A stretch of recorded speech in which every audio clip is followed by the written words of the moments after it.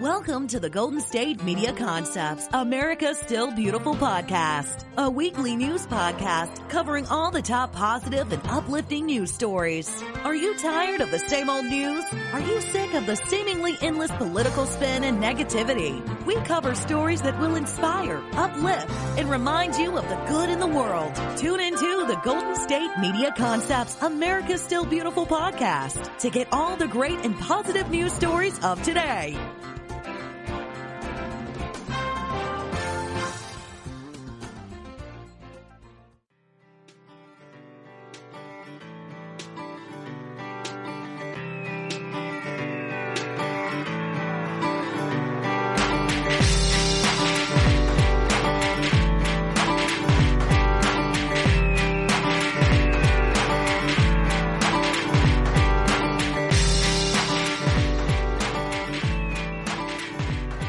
Welcome to GSMC, America's Still Beautiful podcast, brought to you by the GSMC Podcast Network. I am your host, Alyssa Jo. Hello. How's it going today? I hope I'm bringing you your pick-me-up for the day with all these positive and uplifting stories I'm about to share with you today. I'm super excited. I have some good ones. So let's just jump right into it. So first of all, I want to talk about Bill Gates. Bill Gates is doing something pretty amazing. He's building factories to produce 7 of the most promising COVID-19 vaccines. First of all, this made me happy because there's already 7 most promising COVID-19 vaccines. But then, of course, leave it to Bill Gates to, help out building factories to produce these vaccines.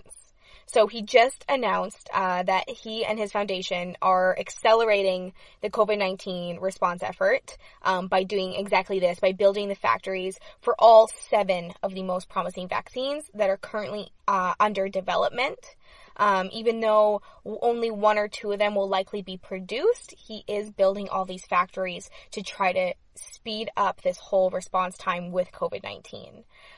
So he kind of discussed this at an at-home interview, and he says, because our foundation has such deep expertise in infectious diseases, we've thought about the epidemic. We did fund some things to be more prepared, like a vaccine effort.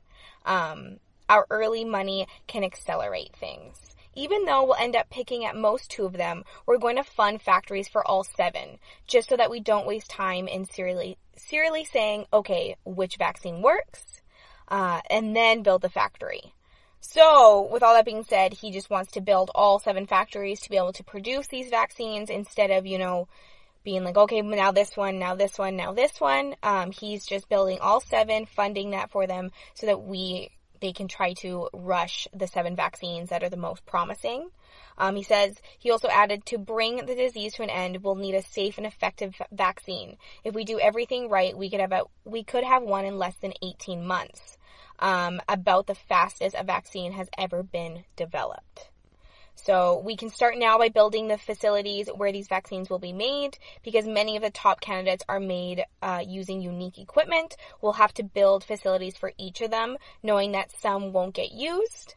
Private companies can take that kind of risk, but the federal government can. It's a great sign that the administration made deals this week with at least 2 companies to prepare the vaccine for manufacturing. I hope more deals will follow. Pretty cool. So building all 7 factories, just trying to speed this up as fast as possible. He also wrote in 2015, I urge world leaders in a TED Talk to prepare for a pandemic the same way they prepare for war, by running simulations to find the cracks in the system. As we've seen this year, we have a long way to go. But I still believe that if we make the right decisions now, informed by science, data, and the experience of medical professionals, we can save lives and get the country back to work. So there you go. This is, of course, not the first thing that the Gates Foundation has done to try to combat all of the coronavirus stuff. The foundation pledged $100 million towards identifying, assessing, developing, and scaling up treatments for the virus. So now he's funding the factories for 7 of the most promising vaccines. Thought I would start with that story because for me, that's a lot of positivity. First of all, there's 7 vaccines, and Bill Gates is funding these to see if any of them can work as quickly as possible. Pretty cool. So my next story is about a college student who's doing something also pretty amazing. She's actually sewing masks for communicating with the hearing impaired. Her name is Ashley Lawrence, and she actually studies education for the deaf and hard of hearing at Eastern Kentucky University. So she came up with this idea because, you know, the hearing impaired really rely on lip reading and stuff, communication. So she wanted to come up with a mask that can help communicating with the hearing impaired.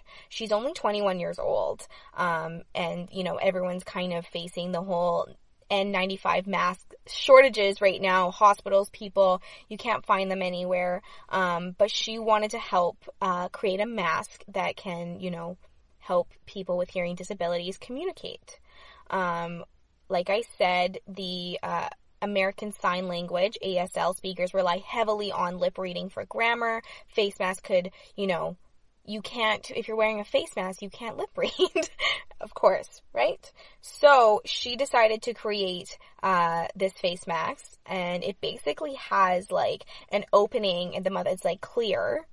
You could see somebody's lips, but it protects you. It's still a full face mask, but basically just part of it is clear so you can still read lips. So this is with help of her mother. She began sewing these face masks, and it's kind of like a plastic window over the mouth. And then that way you're able to see the lip reading for communication.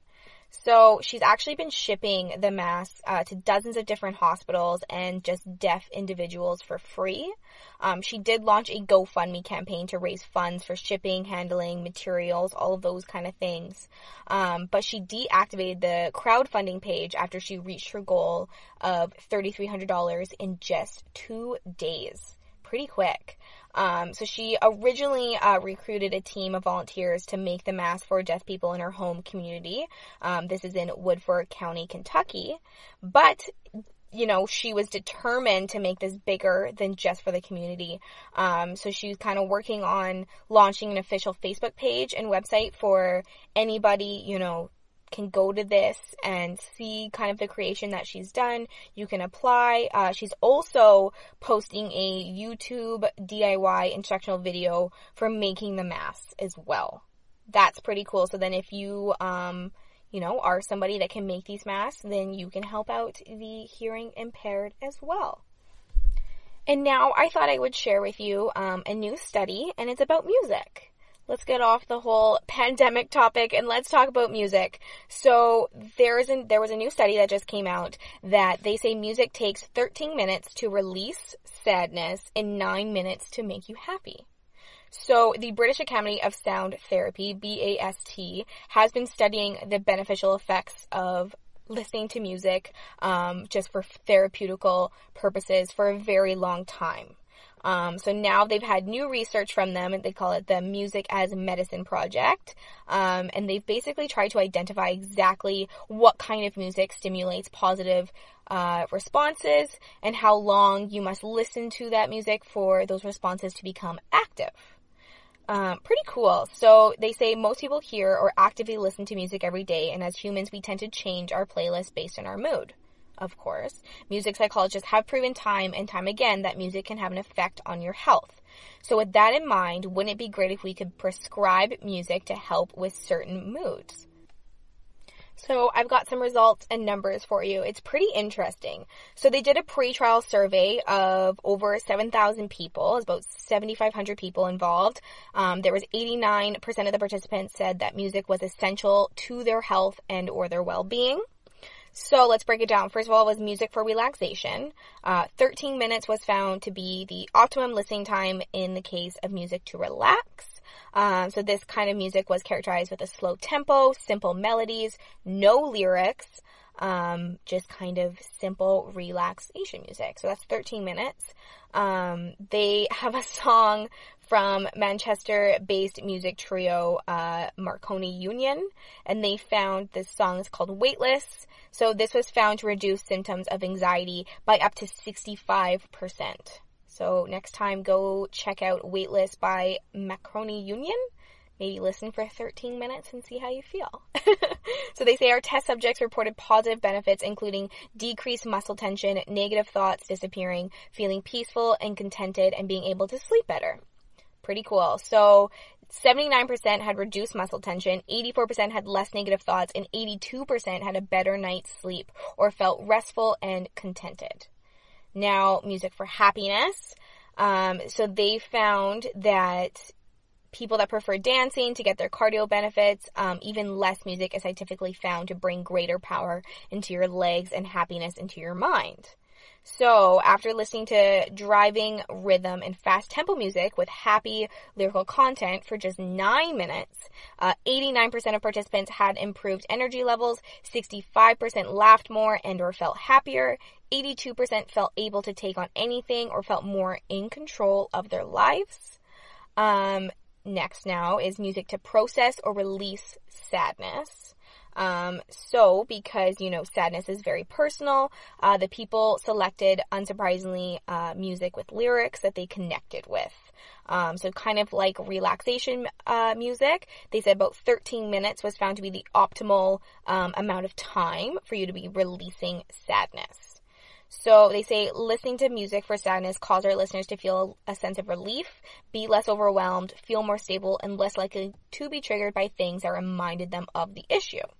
So 87% felt more emotionally stable, 84% felt less overwhelmed, and then 91% felt relief and release, and then 84% said they came out the other side of their sadness. Pretty cool. So we know that there's so many different types of music that can make you feel better, but there's some numbers for it and some timings for you.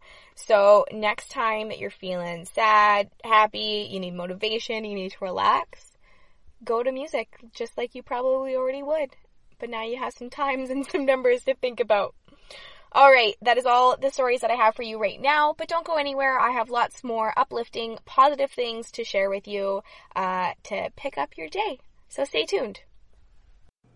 So as part of this break, I want to tell you that I've recently learned about Birch Gold Group.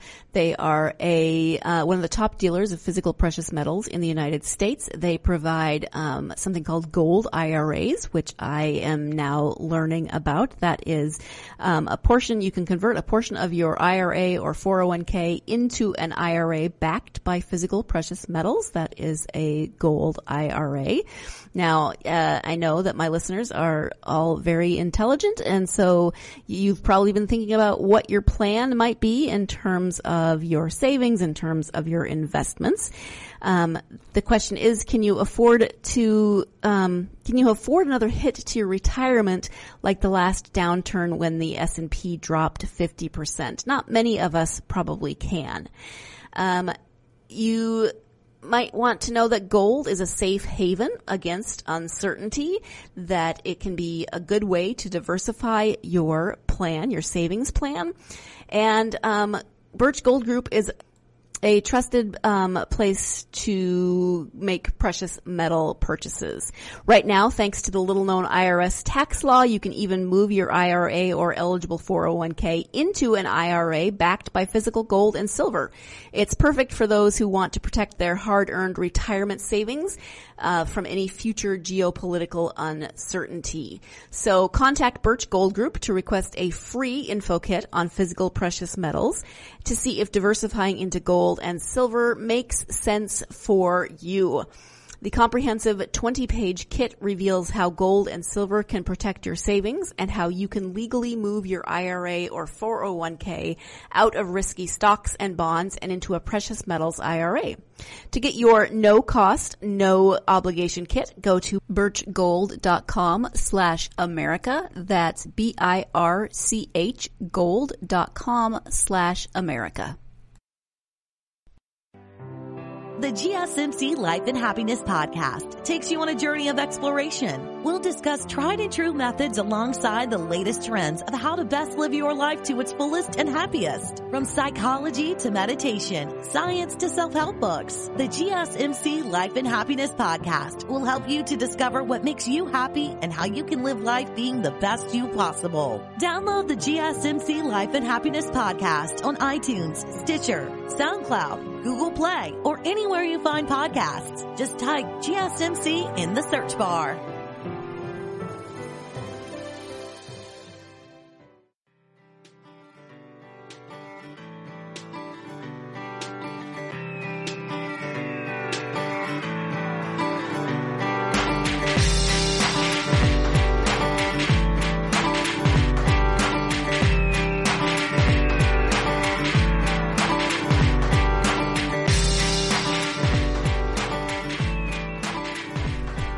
Welcome back to GSMC, America Still Beautiful podcast, brought to you by the GSMC Podcast Network.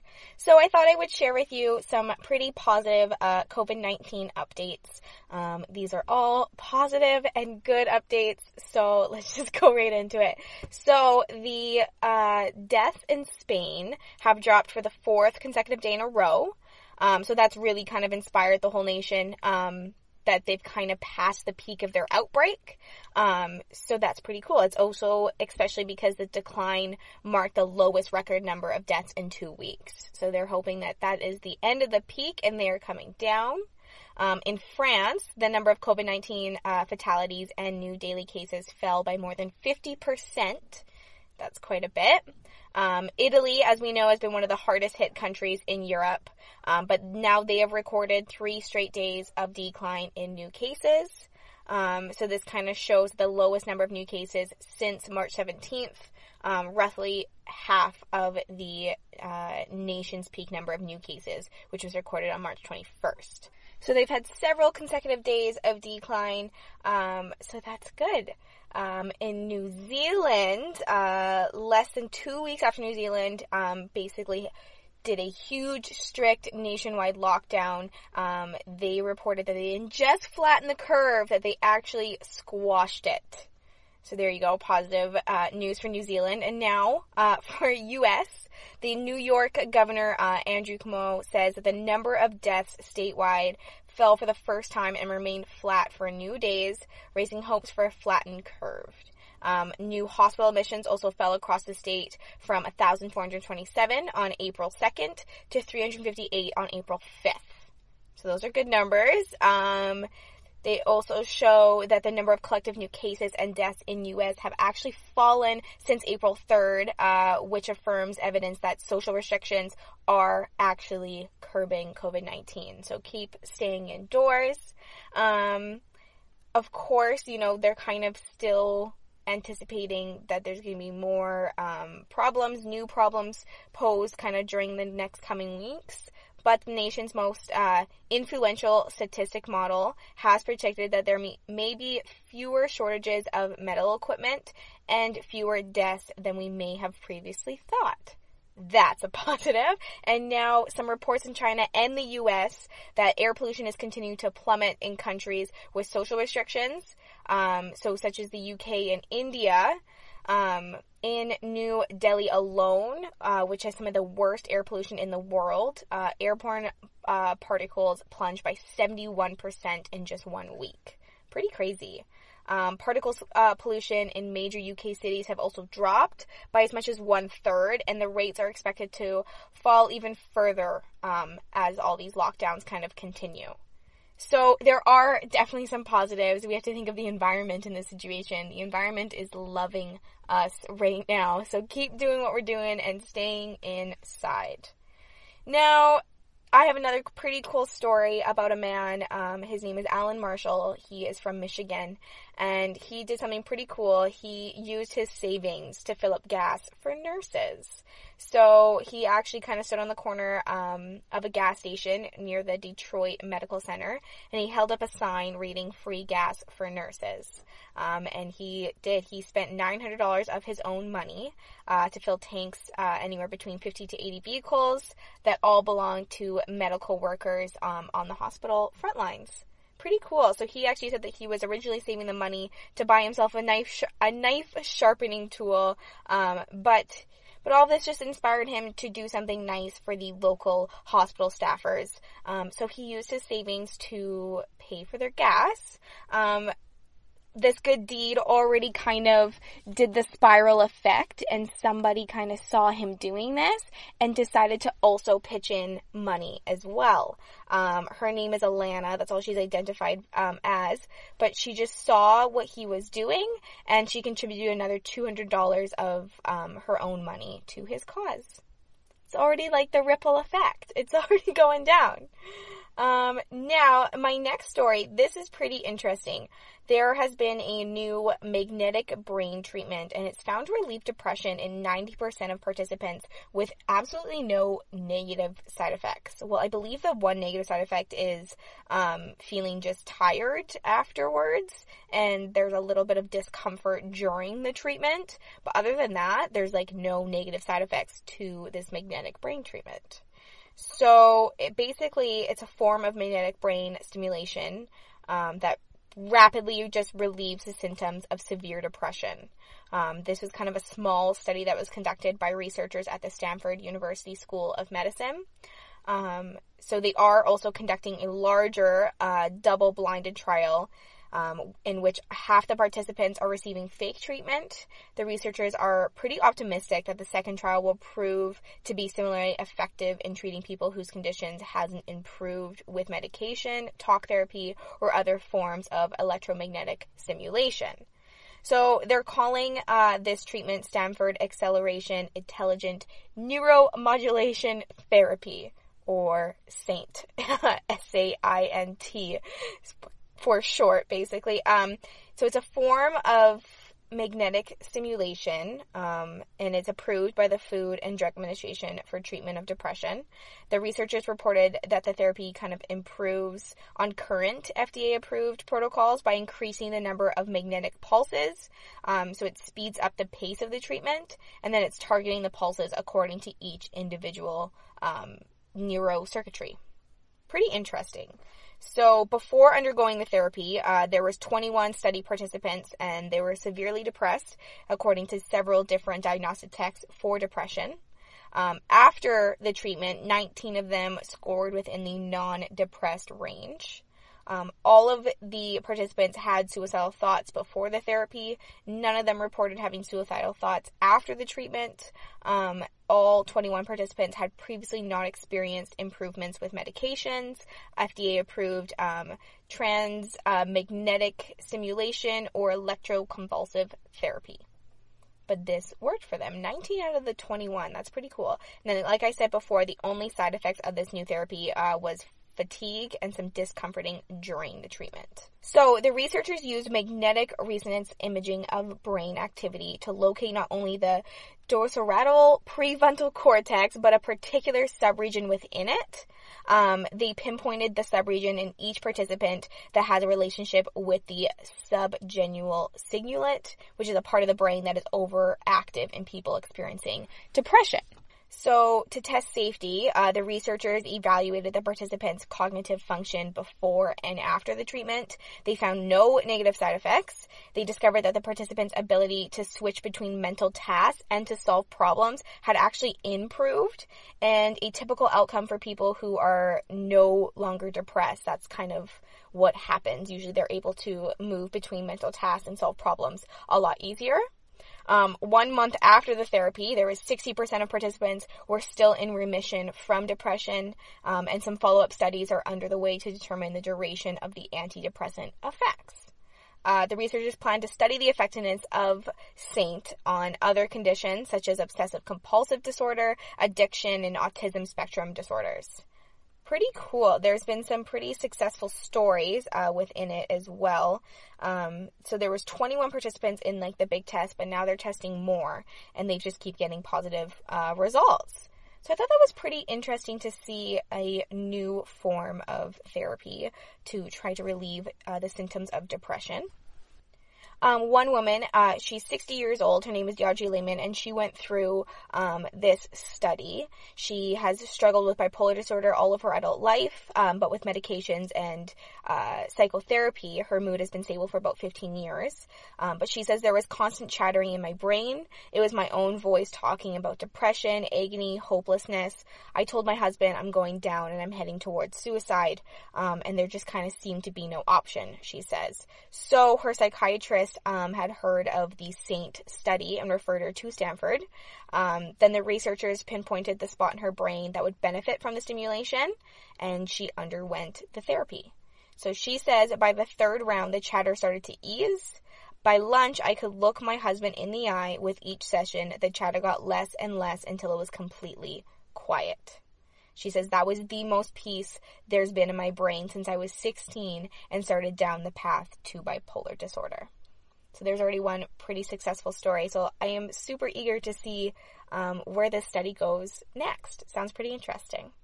All right, that's all the positive stories I have for you right now, but don't go anywhere. When we get back, I have some more great kindness stories to share with you and some uplifting things to hopefully cheer up your isolation day. Okay, stay tuned. Tired of searching the vast jungle of podcasts? Now listen close and hear this out.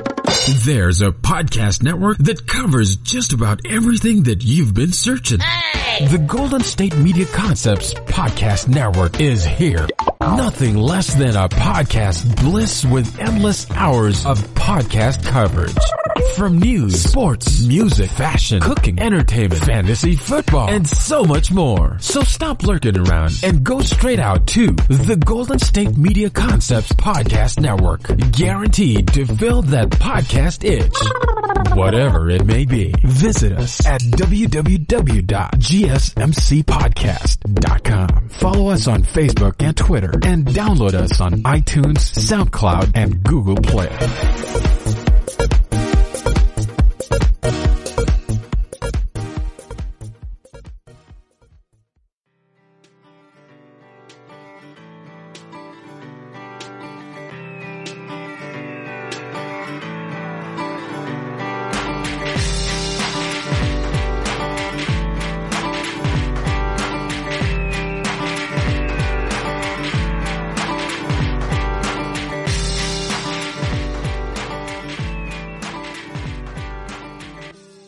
Welcome back to GSMC, America's Still Beautiful podcast, brought to you by the GSMC Podcast Network. I'm your host, Alyssa Jo. Okay, we're back. Let's share some more uplifting, good stories with you today. I have a story about a 16-year-old pilot who is on a mission. His name is TJ Kim. He's a sophomore in high school right now, and he flew his first delivery by plane just on March 27th to a 25-bed hospital in Virginia, I believe it was. So TJ is 16 years old, and he's a high school student, and he was quite disappointed that his lacrosse season was canceled amid all of the coronavirus pandemic. So he's on a mission to help small rural hospitals that desperately need supplies, and he is using his flying experience to do exactly this. He says, they kind of conveyed me to that they were really forgotten about. Everyone was wanting to send donations to big city hospitals. Every hospital is hurting for supplies, but it's the rural hospitals that really feel forgotten.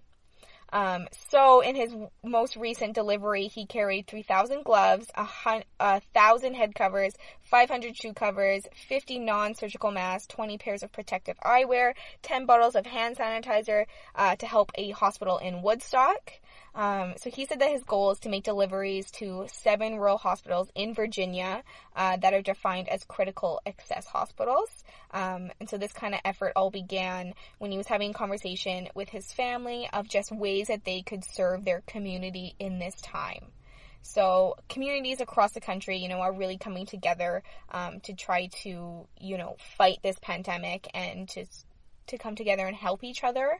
But this is what this young 16-year-old man is doing, I guess. So he started flying when he was 15. He had flying lessons from his father, I believe. And now he's 16 years old, and he's delivering supplies to rural hospitals during the pandemic. Pretty interesting. A pretty inspiring 16-year-old. Now, I have a bunch of pretty cool kindness stories, just from, what people are doing to help each other during this time. And I just think it's so nice to hear. So let's start with that. Bacardi Bottling Corporation in North Jacksonville has shifted from rum production and bottling to producing hand sanitizers for Florida. So the facility is creating a total of 120,000 units of 750 milliliter bottles, and then those will be donated to different organizations, including hospitals, police, fire departments, all across the Sunshine State. They say, as a family-owned company, Bacardi puts people first, and this time will be no different. We are part of the community and are here to support those in the front lines helping to keep us safe. That was Darren Mueller, the Director of Operations for Bacardi Bottling Corporation. Pretty cool. I love when companies are able to flip what they're doing to try to help this cause. I've seen so many stories about that. Another pretty cool story, the CEO of Calera, Daniel Malchuk, wanted to give back to the city of Orlando. So he gave away about 200 cases of lettuce that his company grows to Campus Restaurant and Market. He says the love and outpouring from our community was incredible. So they're going to continue, him and his company are going to continue to give away about 600 cases of lettuce all the way up until the middle of April. And just helping out people that they can. Some university students, 2,000 of them to be exact, of the University of Central Florida actually raised close to $900,000 in the past year to benefit Arnold Palmer Hospital for Children, which is the local Children's Miracle Network hospital. So typically at the end of this big effort that they do, they call this Night Song, and it basically has the students standing on their feet for 20 hours celebrating their fundraising efforts, and they pay tribute to local children. So it's like a dance marathon that you have to kind of dance for 20 hours, if you've ever heard of those. But that was canceled over, of course, everything that's happening right now. So the UCF students used virtual tools to dance every hour from their homes and hear from local children who have benefited from fundraising efforts like theirs through kind of live question and answer sessions. Project Life has partnered with Jump Ministries Global Church on 3 different initiatives. So first of all, they've created a feeding center for children ages 18 and younger. So they will be able to come to the center daily, get a grab-and-go breakfast and lunch Monday to Friday for the duration of the coronavirus pandemic. So you can pick up breakfast between 8 and 11 a.m. and lunch between 12:30 and 3 at the Jump Global Ministries Church in Orlando. The second initiative allows families to come on Fridays to pick up a week's worth of non-perishables. Anything from oatmeal to instant rice. All these boxes can be picked up at the Jump Global Ministries Church as well.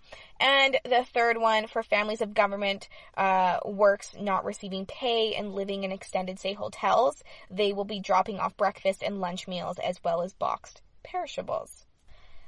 Faith Assembly of God in Orlando is paying up to $100,000 in essential bills for their congregation to help those currently unemployed or working reduced hours because of COVID-19. There was a Facebook video, and the church's senior pastor, Carl Steffens, announced that the church's initiative and how others can also contribute. He says, we are sending out teams into neighborhoods if you need help. If you're a senior citizen, you're someone that's a single mom, you need help as far as someone to pick up groceries or take you to the doctor or go pick up medicine. We're trying at this point to be the church. Central Florida residents, Christy Tweddle and Christy Kane and Karen Brown all purchased gift certificates at Pom Pom's Tea House and Sandwich for locals in need of food. So if you need help with food, you can just let the server know when you order. You can have 1 sandwich and drink per person, and that you just utilize their gift certificates, and the restaurant will just deduct the purchase from the total, so that person has to not pay anything for their lunch. Some residents at Lake Nona's Lorette Park neighborhood devised the Chalk Your Walk challenge. I've seen a lot of these different challenges in neighborhoods, and they're really cool. So they wanted to share joy with their fellow neighbors by just decorating portions of the sidewalk, which is doodles, designs, different obstacle courses, games, encouraging positive messages. It's just another way to bring the community together in this time.